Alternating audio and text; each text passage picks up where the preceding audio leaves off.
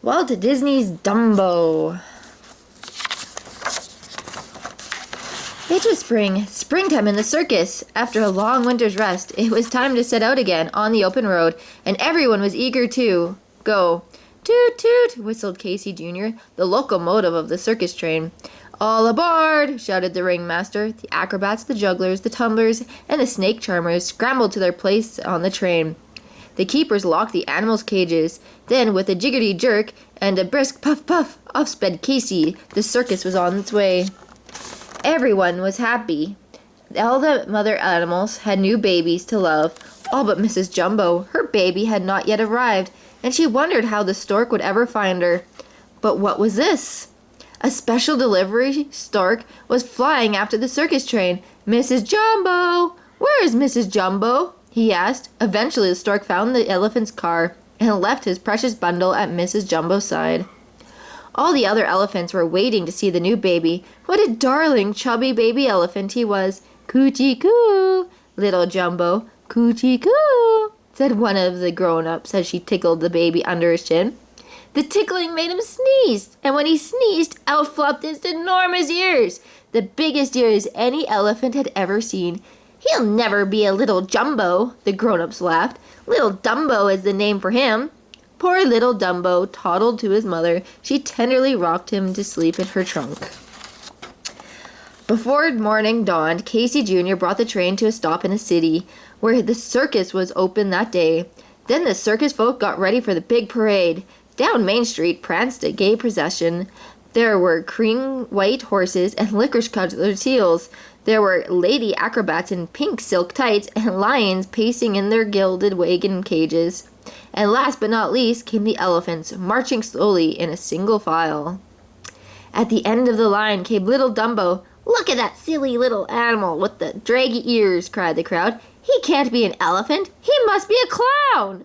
Dumbo, toddling behind his mother with his trunk, clasped around her tail, tried to hurry faster so he wouldn't hear the laughter. But alas, he stumbled and tripped on his ears. Down he went in a puddle of mud. The crowd roared with laughter at the baby elephant. Back at the tent, Mrs. Jumbo gave Dumbo a bath so that he would look fine for his first show that afternoon. Then they ate their lunch and went to their stalls in the menagerie. Soon the crowd was streaming through the tents. A small group of boys gathered near the rope in front of Mrs. Jumbo's stall. "We want to see the baby elephant," they yelled. "The one with the sailboat ears." A boy grabbed one of Dumbo's ears and pulled it hard. Then he made an ugly face and stuck out his tongue. Mrs. Jumbo could not stand to see Dumbo being teased. She reached out with her trunk, snatched the boy up, dropped him across the rope, and spanked him. "Help! Help!" he cried, and the keepers arrived. Mrs. Jumbo reared on her hind legs, but soon she was behind the bars in the prison wagon with a big sign above her that said, "Danger! Mad elephant! Keep out!" Worst of all, the other elephants would have nothing to do with Dumbo. They even turned their backs on him in a solid wall. Now, hidden in a pile of hay was Timothy Mouse, the circus mouse. Timothy loved scaring elephants, and he thought this was the best time to do it. "They can't treat a little fellow that way," he muttered, so Timothy stepped out. "Boo! Boo!" he yelled, and the big brave elephants ran in all directions, leaving Timothy and Dumbo alone. "Don't be afraid, little fellow," said Timothy Mouse. "I'm your friend. I want to help you. What we have to do is find use for those ears. They'll make you famous. Then they'll let your mother out of prison, and we'll all live happily ever after." Dumbo nodded happily. His ears flapped like sails. "I've got it!" Timothy shouted. "You know the big elephant balancing act at the end of the show? Well, when they have their pyramid built, you'll jump on the acrobats, springboard, and bounce right up to the top of the pyramid, waving a little flag. You'll be the star of the show. Let's sneak out and practice now." On their way to the practice field, they passed the prison wagon where Mrs. Jumbo stood, sadly staring out into the night. How delighted she was to see her baby, and how happy Dumbo was to curl up safe in the curve of his mother's trunk once more. He told her all about the elephant's act, about how unhappy he was without her, and about the wonderful idea Timothy had for making him a success. Finally, Timothy had pulled Dumbo away so that they could practice springboard jumping. When Dumbo could jump from the springboard to a stand 20 feet high, Timothy whispered his idea into his sleeping ringmaster's ear. And the very next day, as a surprise, Dumbo's jump was added as a highlight to the show. The great moment came. The pyramid of elephants was swaying in the ring. Dumbo ran down the springboard. Then it happened. He tripped over his flapping ears. Up he bounced in a twirling ball, and he crashed into the great pyramid of elephants, knocking them in every direction at once. The next day they made Jumbo a clown. They painted his face with a foolish grin and dressed him in a baby dress. On his head they put a bonnet. And they used him in the most ridiculous act in the show, a make-believe fire. Dumbo had to jump from the top of the blazing cardboard house down into the clown's fireman's net. The audience thought it was a great joke, but Dumbo felt terrible, and he was frightened too. "Don't worry, Dumbo," Timothy whispered as he curled up in Dumbo's hat brim. "We'll have you starring in the show yet. You'll be flying high." Back in the circus tent, Dumbo fell asleep at once, and he dreamed a beautiful dream. He was the star of a magical circus, a circus the likes of which he had never seen before. In the dream, there was a springboard spotlighted in the center of the tent. Dumbo himself, dressed in a gorgeous costume, stepped onto the springboard, bounced high into the air, and then he flew. It seemed as easy as anything and very, very real. The next morning, Timothy was first to awaken. Close behind him, 3 black crows sat and stared at him. "What are you doing here?" Timothy asked sleepily. "What are you doing here?" snapped the crows. At that, Timothy sat up and took another look around him. Why, where am I?" he gasped. He was still in the brim of Dumbo's hat, and the hat was still on top of Dumbo's head. But Dumbo was fast asleep on the branch of a tree far, far above the ground. "How did we get up here?" Timothy asked. "Flew," the crows cracked.